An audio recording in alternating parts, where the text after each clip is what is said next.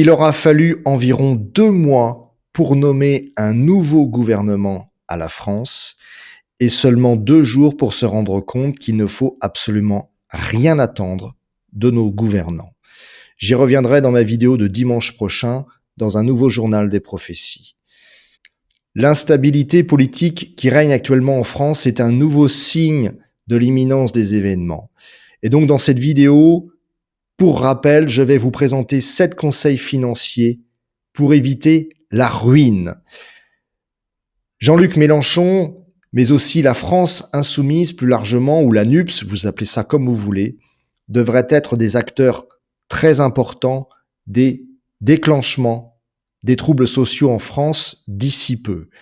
Tout se superpose et vu l'actualité au Proche-Orient et même en France, l'apocalypse financière redoutée et annoncée par tant d'économistes ne devrait plus tarder. Et malgré tous les beaux discours de nos gouvernants, qu'ils soient de l'Assemblée nationale ou du gouvernement, rien ne devrait entraver la marche actuelle des événements annoncés par Barthélemy Holzhauser, Marthe Robin, Aloïs Silmayer, Marie-Julie Jahenny, Nostradamus, Catherine Fulgeng et j'en passe.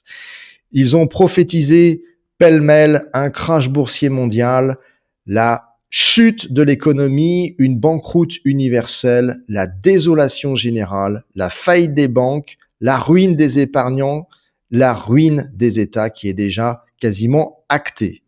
Et même les économistes les plus talentueux s'accordent pour dire que nous sommes à l'aube de la crise du millénaire, de l'apocalypse financière, vous appelez ça comme vous voulez. Et ils parlent clairement de la faillite de la France et comment se protéger.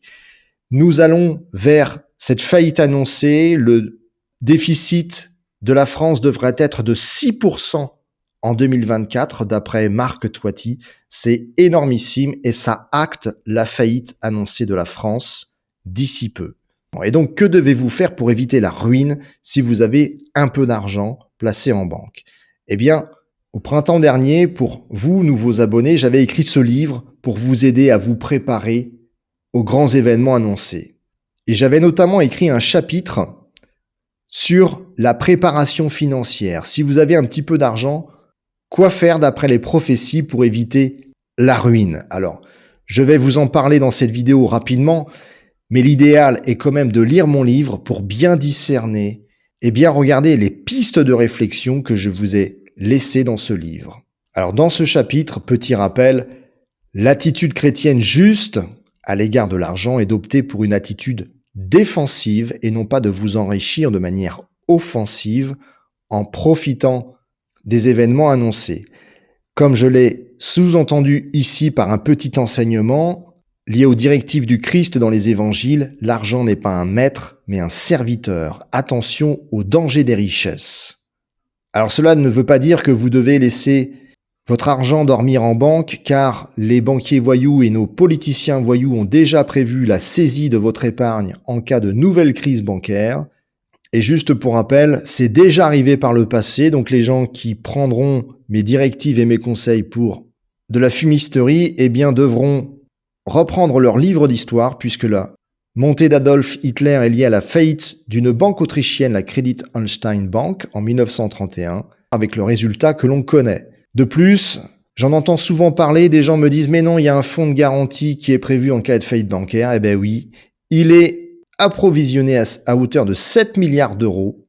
C'est ridicule par rapport aux 6 000 milliards d'euros que détiennent les 45 millions de Français qui ont de l'argent en banque. Et encore, je ne parle même pas de l'euro, de l'effondrement de l'euro. Si notre monnaie explose à cause d'un crash boursier mondial, eh bien 7 milliards multipliés par 0, ça fera toujours 0. Alors, que devez-vous faire? Eh bien, c'est simple. Pour éviter la ruine si vous avez beaucoup d'argent déposé en banque, vous avez 3 solutions. Premièrement, de récupérer vos investissements. Actions, bourse, assurance vie, SCPI, etc., etc. J'en ai fait une vidéo récemment. Et donc, premier conseil, récupérez tous vos investissements avant qu'il ne soit trop tard. Lorsque ce sera fait, eh bien, débancariser, c'est-à-dire qu'il faudra investir cet argent, la sortir des banques, qui est le lieu du braquage le plus simple, contrairement aux préjugés, puisque des lois ont été votées pour voler tout simplement l'épargne des Français. Les lois Sapin II, votées sous le président François Hollande en 2016. Et donc, débancariser votre argent. Mais quoi faire avec cet argent? Eh bien justement, troisième conseil, investissez cet argent dans des actifs dits tangibles que l'État ne pourra pas vous voler, que personne ne pourra vous voler en cas de ruine de l'État français, de ruine générale et de faillite des banques. Quatrième conseil, investissez le si peu d'argent que vous avez dans ce que j'appelle le placard de survie.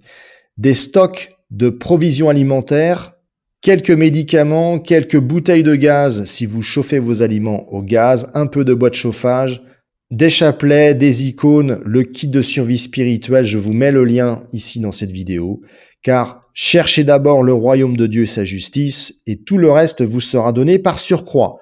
L'important c'est d'abord la prière, les sacrements, et tout le reste viendra si votre vie est en conformité avec les valeurs de l'Évangile. Alors le ciel vous aidera, à la différence de ceux qui n'accordent aucune importance à la prière et au sacrement. Si vous avez entre 5 000 et 50 000 euros, eh bien, je vous conseille d'avoir ce que j'appelle le local aménagé. C'est-à-dire un lieu de vie où vous pouvez traverser les événements annoncés, la guerre civile et la Troisième Guerre mondiale, l'invasion de la France par l'armée russe et des armées islamiques, de préférence dans un lieu protégé. Et là, je vous renvoie à la carte d'invasion de la France ou de l'Europe que j'ai publié dans ce livre, que voici page 96. Et donc vous avez tous les lieux en bleu qui devraient être moins touchés par les grands événements, à la différence des zones en rouge qui devraient être détruites, voire complètement détruites, d'après des prophéties de Marie-Julie Jahenny. Alors je vous ai mis aussi une autre carte que j'ai réalisée avec un collaborateur des éditions Résiac, en ce qui concerne l'Europe. Alors bien sûr, il est absolument impossible de savoir l'étendue des désastres qui arriveront puisque les grands événements dépendent encore de nos prières. Et quand, par exemple, quelqu'un me mettait en commentaire que cette carte comportait quelques erreurs, eh bien, c'est impossible à dire puisque c'est lié à des faits qui vont arriver dans le futur. Mais ce qui semble acté, c'est l'invasion de l'Europe par l'armée russe annoncée par tant de prophéties et l'invasion du sud de l'Europe par des armées islamiques, vu que la conversion des hommes n'a pour le moment pas lieu et qu'elle ne devrait pas arriver, vu l'actualité. Et donc si je reprends mes conseils, si vous avez entre 5 000 et 50 000 euros d'épargne disponible, investissez dans un lieu, dans un refuge, de préférence équipé d'un terrain dans lequel vous pourrez cultiver vos légumes, avoir un potager et un puits, et améliorer son confort par l'acquisition de moyens de chauffage, que ce soit remplir une cuve à fioul ou l'équiper d'un insert, voire même d'une cuisinière à bois, éventuellement rajouter dans votre portefeuille d'actifs l'acquisition de quelques pièces d'or ou d'argent, car en cas de chaos, la monnaie qui redeviendra d'actualité, ce sera l'argent pour les petits biens de consommation et l'or pour les grands biens de consommation qui coûteront cher. Par exemple, ce n'est pas avec des lingots d'or que vous achèterez une baguette de pain. Mieux vaut avoir quelques petites pièces d'argent pures, car il faudra survivre pendant 2 à 3 ans pendant que la France sera soumise aux grands événements et aux conséquences de l'invasion russe et islamique annoncée par tant de prophéties. Si vous le pouvez, investissez dans des terres agricoles, de préférence dans les lieux qui ne seront pas dévastés. Je vous ai montré la carte. Il s'agira bien sûr de ne pas faire un investissement pour s'enrichir, mais pour aider nos frères, pour rendre cultivables ces terres agricoles par des agriculteurs, de sorte de nourrir les gens. 6e conseil, si vous avez beaucoup d'argent placé en banque, réfléchissez à la donation à vos enfants ou vos petits-enfants. Investir dans l'immobilier rural, je vous en ai déjà parlé. Ce sont bien sûr des pistes de réflexion, des conseils qui dépendent de votre situation personnelle et je ne peux pas la connaître. Je vous donne simplement des idées. Alors, si vous n'avez pas d'argent, pourquoi pas chercher une petite location dans des lieux privilégiés annoncés par les prophéties. Je pense notamment à la région de Pontmain en Mayenne. Selon une prophétie, je cite, qui dit « Quand Paris brûlera, Pontmain ressuscitera ». Vous avez aussi tous les sanctuaires chrétiens où la criminalité est très faible, où les révolutionnaires n'auront pas le temps de tout saccager a priori d'après les prophéties. Et donc si vous avez un petit peu de budget, vous pouvez investir, acheter des biens immobiliers dans ces lieux, mais aussi si vous n'avez pas d'argent, y trouver une location à pas cher vu que ce sont des lieux quasiment désertés actuellement, vu la déchristianisation galopante de notre pays. Alors, autre conseil, pour les petits budgets, bien sûr, investissez dans l'eau potable et les provisions alimentaires en quantité. Il existe plein de petites astuces pour faire des provisions à pas cher, acheter des légumes moches, les cuisiner par exemple, travailler chez les agriculteurs bio ou leur donner un coup de main en échange de nourriture, faire des bocaux si vous avez un potager, ou tout simplement acheter quelques paquets de pâtes et de riz et du miel, tant qu'il en est encore temps, et constituer un petit placard de survie. Autre conseil, les terres agricoles, j'en ai plus ou moins parlé tout à l'heure, il faut s'attendre à ce que les villes soient désertées et que les ouvriers retournent à la terre, pour reprendre une expression de Père Lamy dans ses prophéties, publiée d'ailleurs dans mon livre. Alors les métaux précieux, c'est un sujet assez délicat, mais c'est un moyen de conservation de richesse en dehors des banques, et c'est surtout une valeur refuge. C'est la valeur refuge par excellence, avec 6000 ans d'histoire, acceptée partout dans tous les pays, et il suffit de regarder ce qui se passe au Venezuela.